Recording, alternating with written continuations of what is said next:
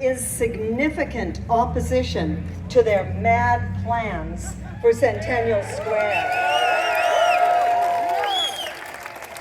Many letters and opinion pieces have appeared in the media. There are, at last count, over 6,300 signatures on the petition to save the Sequoia, and at least 2,200 on the petition to preserve the Centennial Fountain. As strong,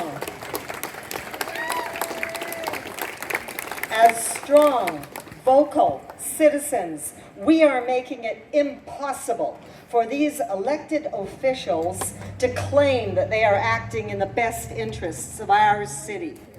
Let's start the rally by raising our voices in a short song about the Sequoia. The lyrics are on the back of the flyer that many of you have been handed. They are also on the Friends of the Centennial Sequoia Facebook page. Many of you already know the tune. Don't sit under the apple tree with anyone else but me. Anyone else but me. Anyone else but me. No, no, no. But the words have been changed up. Please join me in singing Don't Chop Down Our Sequoia Tree. 1, 2, 1, 2, 3, 4. Don't chop down our sequoia tree. To terminate trees like these would be a catastrophe in the climate change that we see. No, no, no. Don't chop down our sequoia tree. It's growing just perfectly. Plans to kill it unthinkingly show a council that's unworthy. No, no, no. Don't chop down our sequoia tree for the city to be healthy. Preserving our canopy is the right act politically. No, no, no, don't chop down our sequoia tree. We refuse to sit passively. Our voices must be heard. Woo! Thank you. Just what is this mad plan? This extravagant vanity project. It's to redesign our public square by completely destroying it, by chopping down the magnificent giant sequoia and the cherry tree and the sweet gum. The cherry tree that the mayor of our sister city in Japan gifted to us, as well as other trees, and by ripping out the historic fountain that's surrounding municipalities gifted to celebrate the 100th anniversary of this city's incorporation. All this destruction, and we get to pay mightily for it. The concrete splash pad and replacement stage and benches, etc., will cost Victoria taxpayers over $11 million. Did you notice the 8% increase in your latest tax assessment? Why is this young sequoia so important? At about 50 years of age and a mere 72 feet in height, it has hundreds of years of life remaining. And it is a symbol of this council's utter disregard for mature trees throughout our city. And what the people of this city really value, and that is trees. Not a bland Vancouver-style play park. In this era of climate crises and environmental degradation, it should be unthinkable to choose the senseless destruction of huge mature trees and iconic heritage features, especially in the downtown core. The tree canopy across the city averages 29%. Downtown, 3.4%. Downtown is already disproportionately characterized by heat-absorbing concrete and is extremely vulnerable in heat-severe days, which are increasing. In the past 10 years, downtown has lost a further 15% of its plantable space. Yet, this city believes in the development industry's mantra of build, build, build. So how is the downtown tree canopy ever to increase? Saplings won't do it. We must keep the mature trees we have.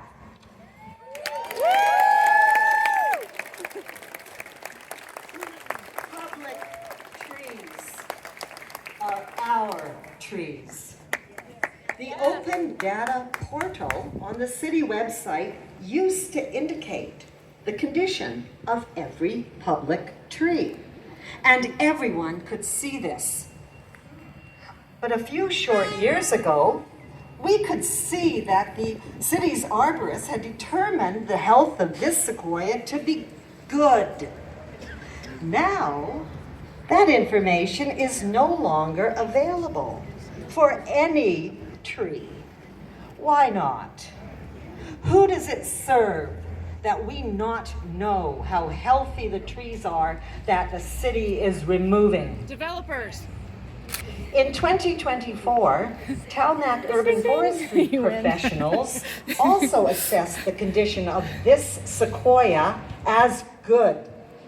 And the acting supervisor of urban forestry for Victoria wrote that in terms of Centennial Square, quote, none of the trees meet our criteria for removal as of this time. Wow.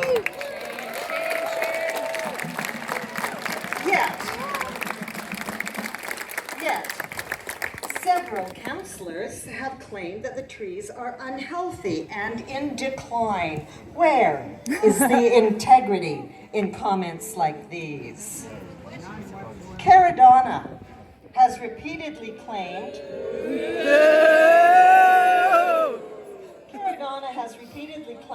that there are safety concerns with tree roots and that BC Hydro, quote, does not want the sequoia to remain. It took a Freedom of Information investigation to confirm that no BC Hydro departments had had any correspondence with the city in that regard.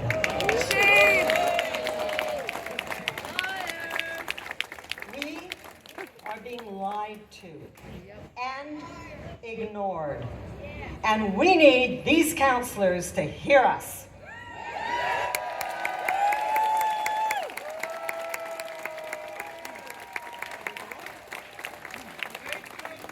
We demand that adequate work be conducted to investigate the tree's potential to be retained in the redesign. This has never happened.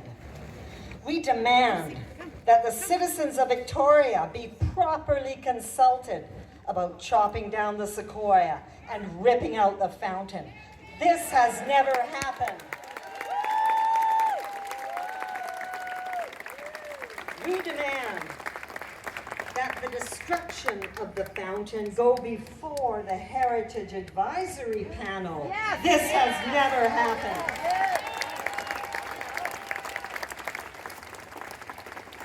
City Council is dead wrong when it claims that this destruction is what the public wants. We are here today to make sure they understand that. Now, introduce our 4 speakers. Would you mind holding this No. for me for a minute? Go for it. I'm gonna take some pictures. Moira Just Walker that, right? wrote Just that. Okay. the wonderful, informative piece in Focus magazine this year from the first-person perspective of the giant sequoia itself. It's entitled, "The Sequoia at City Hall Speaks Up." And if you haven't read it, I encourage you to look it up. Moira.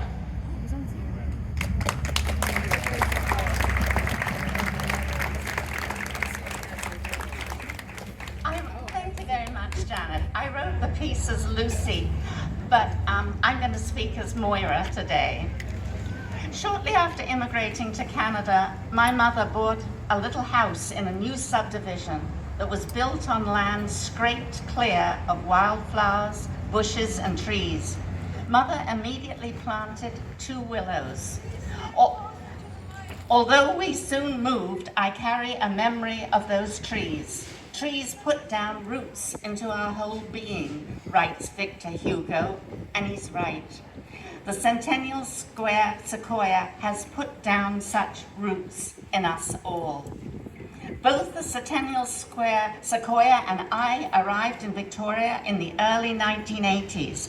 Me from Ontario and she from California. So far, this has been a safe haven for both of us. Her US siblings are less fortunate. Rising temperatures and intensified fires in California brought on by climate change have endangered sequoias there. In contrast, just look at our sequoia. She's thriving. She works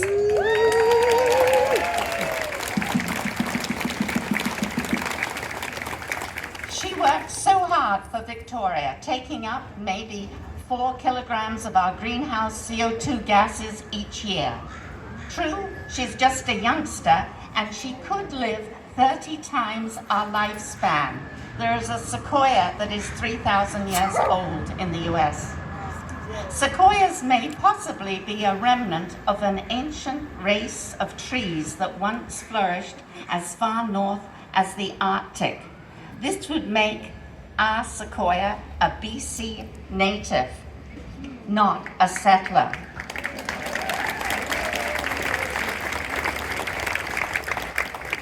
Some are now arguing and fighting for rivers to have rights and to be classified as living beings. So why not trees? We must know, yes, why not trees?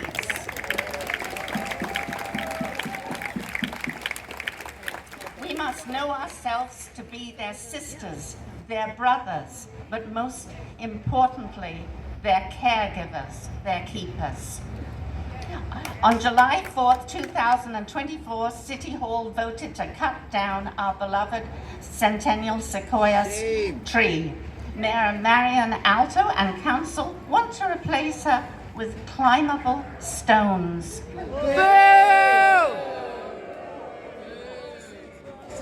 Stones won't provide safe spaces for wildlife. Stones can't take up any carbon dioxide. Stones can't even shade us from the summer heat. We say shame on you. Shame! We say shame on City Hall. We say shame. Shame! Friends of the Centennial Square Sequoia, let your voices be heard. Demand that the stately, healthy, and beautiful tree beside me be allowed to stay. Thank you.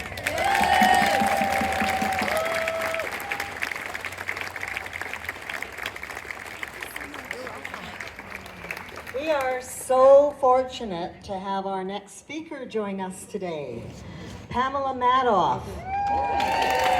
Are you Mary Fells? A tireless advocate for Victoria's heritage preservation and planning, a warrior for trees and green spaces, and a champion of true public engagement. Pamela.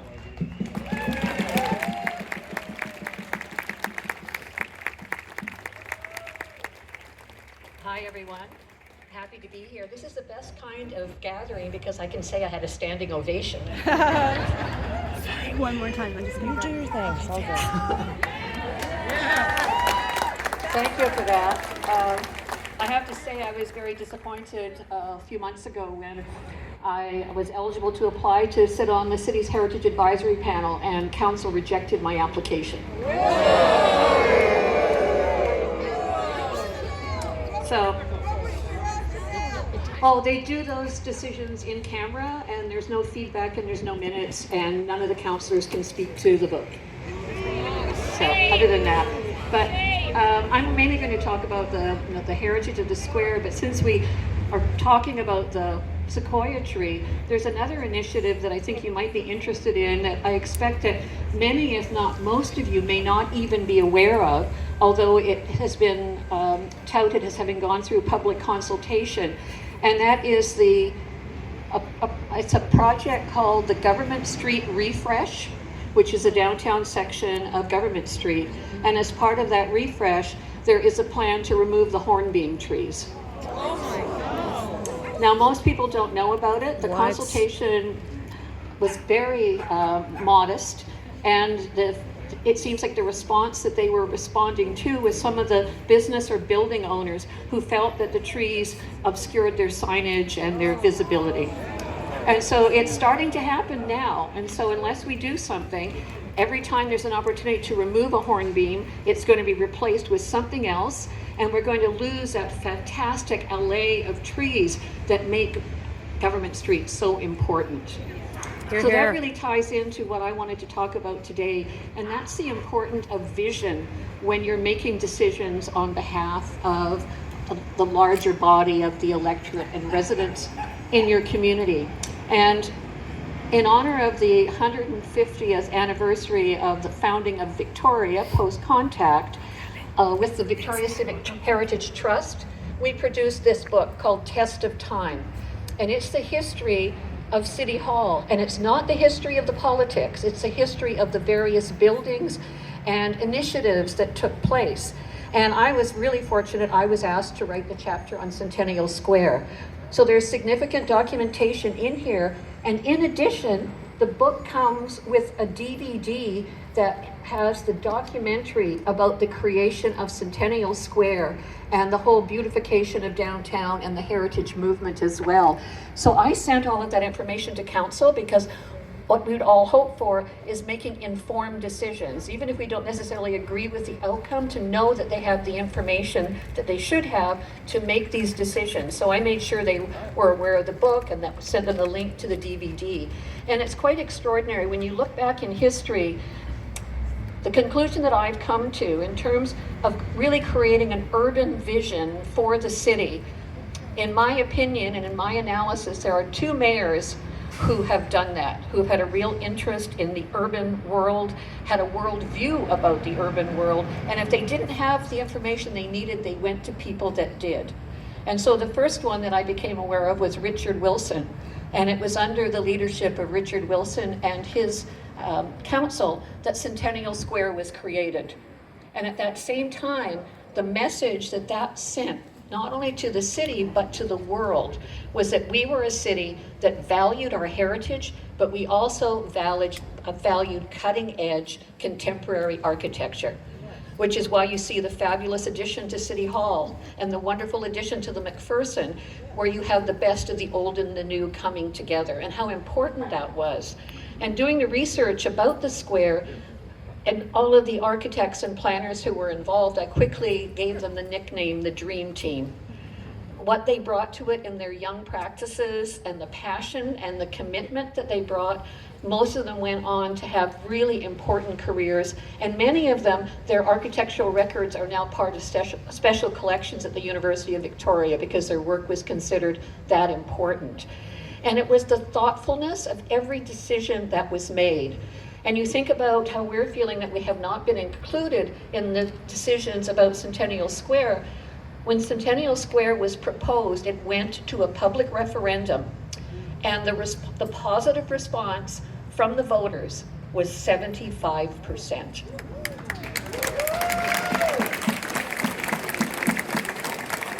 So I suppose now we're all waiting to hear the groundswell of support for what's being proposed.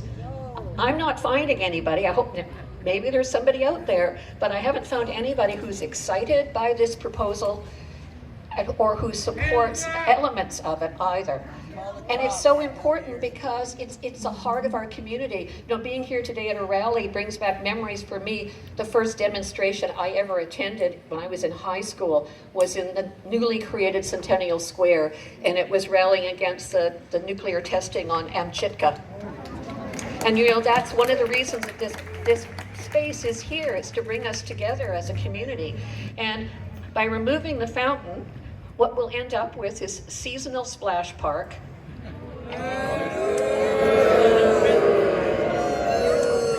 And if it's programmed and paid for, some kind of concerts. And otherwise, it's going to be a wasteland of space. And I can tell you, being on council and attending long council meetings, I would come out here at 2 in the morning by myself on the way to the parkade. And what made it really palatable for me, it was the sound of the fountain, it was the sound of the water, it was the lights. You never felt alone.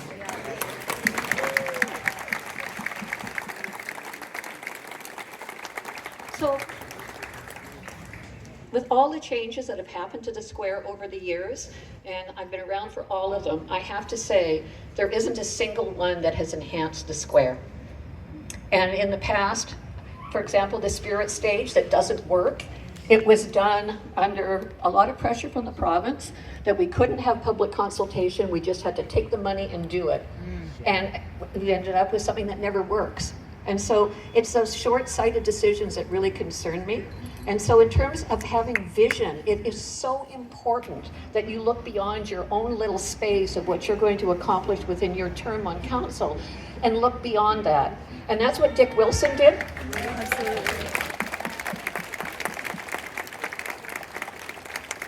And I've read Dick Wilson's correspondence, and he agonized back and forth because there was an offer from a developer to demolish City Hall and build an 8-story building where the YMCA was subsequently built. And it was a turning point in the city that put us on the map internationally and created the kind of community that I think we know and that we cherish as well. And of course, the other mayor who really brought an interest and a passion for urban planning and design was Peter Pauling.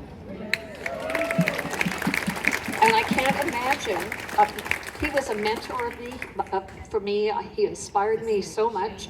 I can't imagine what he would think of what's happening to our city these days. But one thing he can take credit for was the creation of the Government Street Mall, which he handed over to Councillor or Alderman Sam Balfe to do. And it too has really withstood the test of time, but now we're seeing it being eaten away bit by bit by bit. And I think we have to be ever vigilant because it's too important. We were a world-class city, and I think week by week, I think we're being diminished in the world view. So thank you so much for turning out today. Thank you.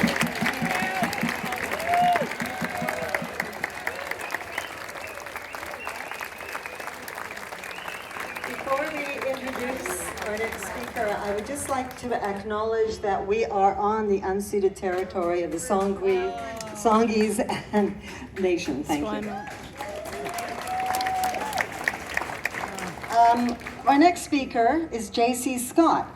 He is a green hospitality design expert with a decades-long history of eco-friendly designs featuring local materials and sustainably responsible methodologies. He is also the past president of the Victoria Arts Council and co-chair of the City of Victoria Public Art Committee. JC.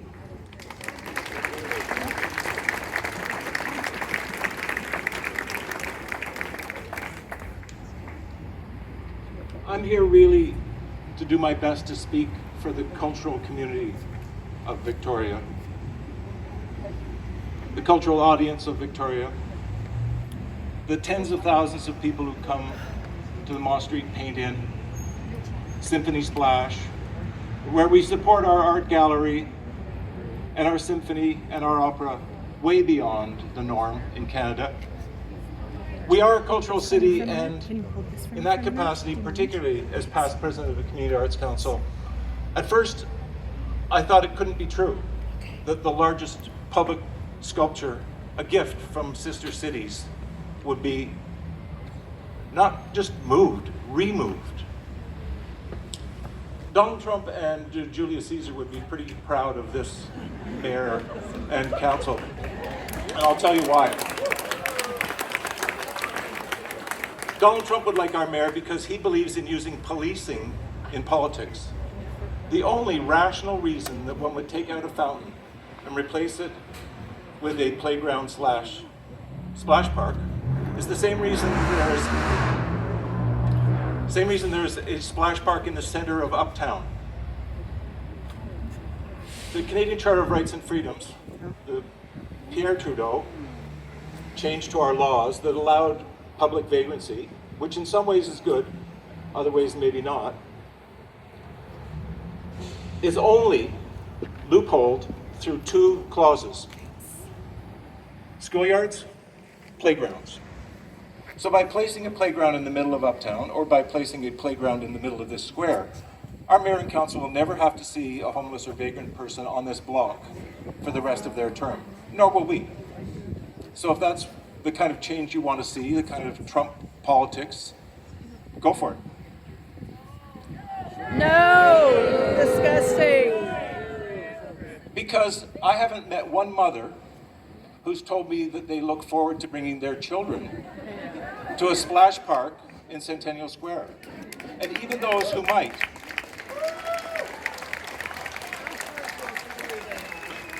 Not one. And I have been talking about this for a while. If they did, one mother posited, would they want to pay for the parking? If they can find a spot. Now, Julius Caesar, someone who I know his history because we share initials, took a bold approach. Very bold approach, and he would probably appreciate this. Destroying the largest living being in downtown Victoria wouldn't bother him. Raising buildings wouldn't bother him.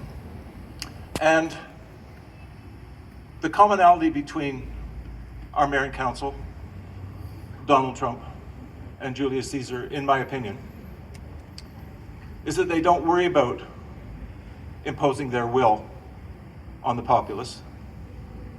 They don't worry about agreement or accord. They just move forward. And it's a movement forward that I'm here to protest to the best of my ability.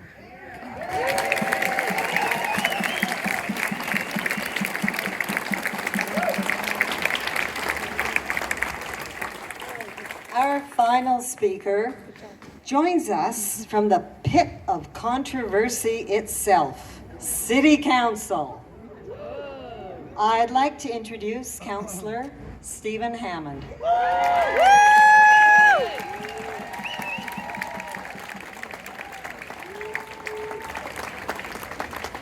I hope all those comments made about mayor and council doesn't apply to all of us. And as a matter of fact, I see my colleague Mark Gardner here.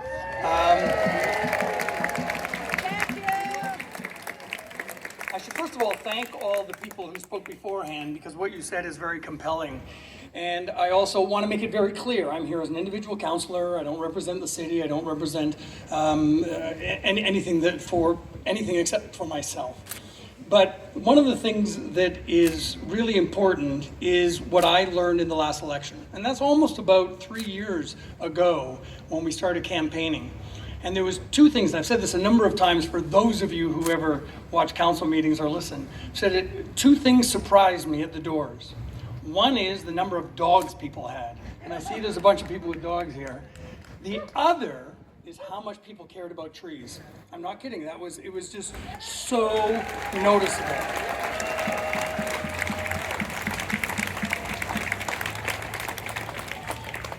Mark Gardner, Chris Coleman, and myself, when this issue came up for a vote, we voted against it for various reasons. Thank you! I actually think I bought into what was said about, the sequoia being a difficult, difficulty and all that kind of stuff. I just sort of accepted that was a result if we were going to change the square. I then have learned since that that's not the case. And I don't think that this sequoia needs to come down, and I don't think that the full plans for this need to be done. But we have the ability, because let's face it, it's as some affectionately refer to them as the Gang of Five. My colleagues on council, Jeremy Caradonna, Matt Dell, Dave Thompson, Krista Loughton, and Susan Kim. Now I don't want you booing them. I want you to change their minds. And the thing is, remember the late John Horgan, when he was premier. He made a mistake about the museum, and he recognized that, and he backed down. And then it was a little while ago where my colleagues forced through, I shouldn't say forced through, on a vote, very quickly, a pay increase for themselves. The backlash was so great that they climbed down off of that right afterwards, and that was a good result. And actually, it was just about a month ago, I want to make sure I get this correct. A month ago, there was something coming up about, there was a motion put forward by Councillor Caradonna and Councillor Dell about asking our staff, can we look at having less staff required in cannabis shops? And we got a comment, or we got a letter actually from one of the unions who was opposed to it. And I assume there's probably a lot of very strong union labor force people here. And so it was Councillor Kim when she said, for those of us who received the Victoria Labour Council endorsement, we should take this very seriously. It turns out that those two councillors who put forward that motion, they voted against that very motion.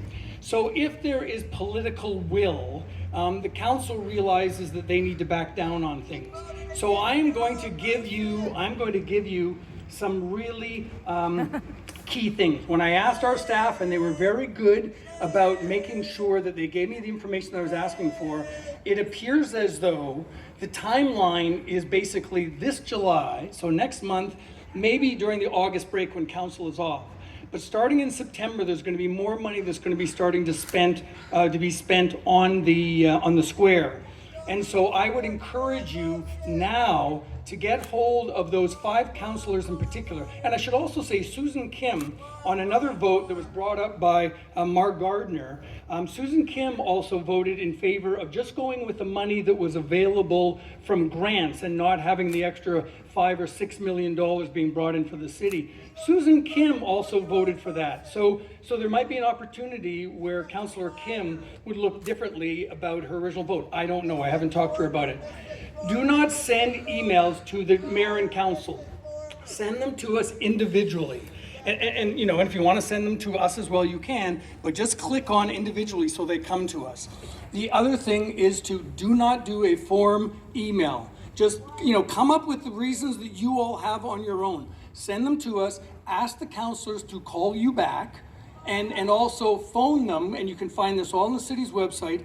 Phone them and make sure you say, I would like to talk to you about this, and tell them that you want them to change your mind. There's good reason for it. The other thing you might want to consider is saying, this is something you will hold on to in next election, which is just October of next year. And by the way, you're going to have to be true to it. And I would say, because only 38% of the population voted, the eligible voters voted last time. So I would actually say to you, and you want to actually do this, you say, I will make sure that I find 5 or even 10 people who will come with me, because most people do not bother to vote. So if you can twist the arms of your friends and family members or neighbors down the block who also care about trees, then you can say, I am going to bring these people out, and I will make sure that they vote for people who are willing to preserve this tree, and also if people care about the other important parts of this park. It's something that you can do. I would encourage you to be doing it right away, and while there's an opportunity to make changes. So thank you very much for coming out. It's very impressive to see all these people.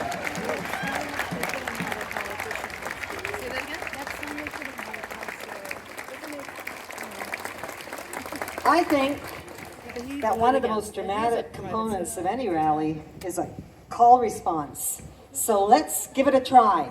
Let's shake the windows of City Hall and wake up those councillors. When I give an example, you shout, "That's not true." Caradonna says the tree roots are unsafe. That's not true.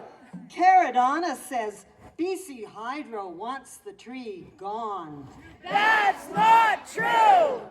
17 new saplings will reduce the heat island effect. That's not true. The city is following its own rules for tree removal. That's not true. Tree roots must never interact with underground infrastructure. That's not true. The city believes its own mantra that, quote, "Tree removal is always the last resort." That's not true. The city has considered this tree's contribution to and potential for the community. That's not true. One more. When I ask a question, you shout, "Save our trees." What is the best option in a climate crisis? Save our trees. But what about Matt Dell's splash park dreams? Save our trees. How do we survive a heat dome? Save our trees. How can we save $11 million? Save our trees. What has this council promised to do? Save our trees.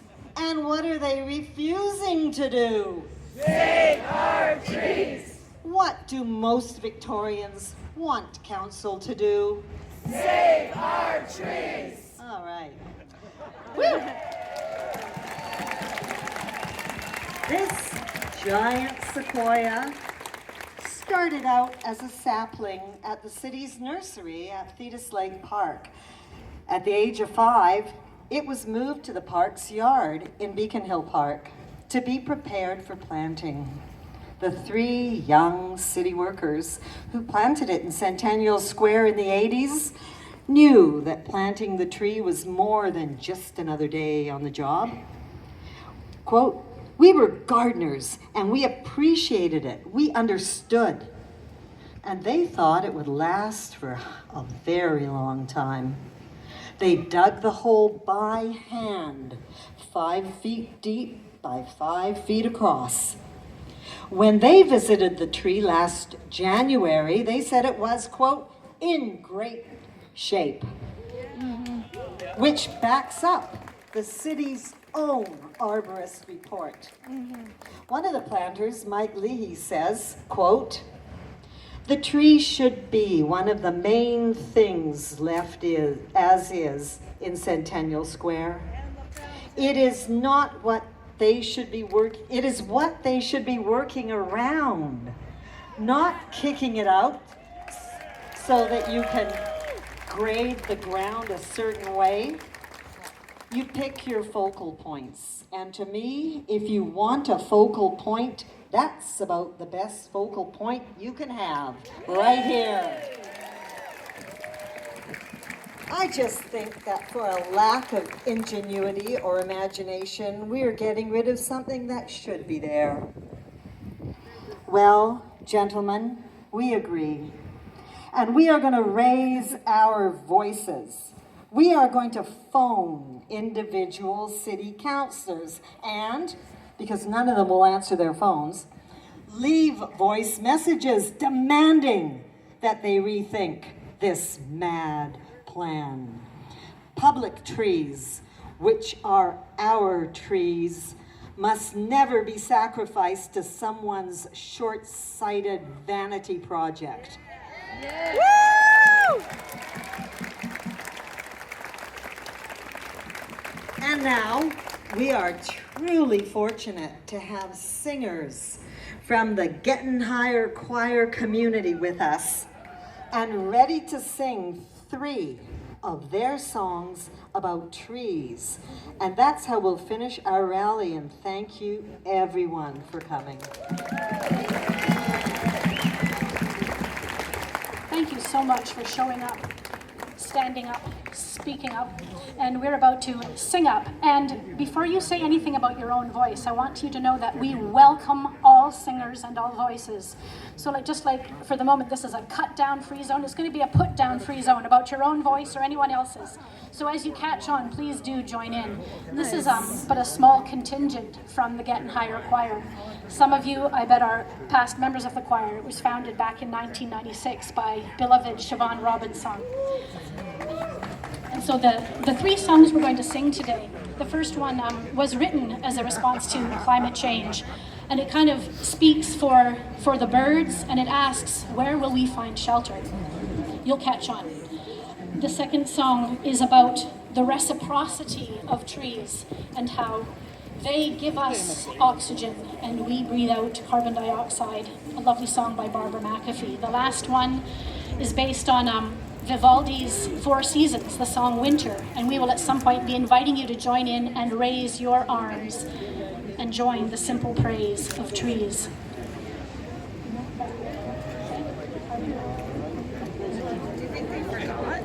To donate the painting. Stephen Hammond was supposed to accept it. Oh, I didn't even know about that. You should ask, where's So the first Jennifer? verse of this one is Little Bird Calling. Janet, yeah.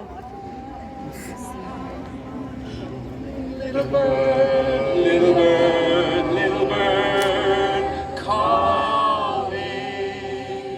Little bird, little bird, little bird, calling. Little bird, little bird, little bird, calling. Where am I gonna lay my head? Underneath the tall tree, you can say here with me. Where am I gonna lay my head? Sing it. Underneath the tall tree, you can say here with me. Where am I gonna lay my head? Little rain falling. Little rain, little rain, little rain falling. Little rain, little rain, little rain falling. Little rain, little rain, little rain falling. Ready? Where am I gonna lay my head? Underneath the tall tree, you can stay here with me. Where am I gonna lay my head? Sing it. Underneath the tall tree, you can stay here with me. Where am I gonna lay my head? In the pine, soft pine. In the pine, in the pine, in the pine, soft pine. In the pine, in the pine, in the pine, soft pine. In the pine, in the pine, in the pine, soft pine. Where am I gonna lay my head? Underneath the tall tree, you can stay here with me. Where am I gonna lay my head? Underneath the tall tree, you can stay here with me. Where am I gonna lay my head? Under bough, bending. Under bough, bending. Under bough, under bough, bending. Under bough, bending. Where am I gonna lay my head? Underneath the tall tree, you can stay here with me. Where am I gonna lay my head? Underneath the tall tree, you can stay here with me. Where am I gonna lay my head? Little bird calling. Little bird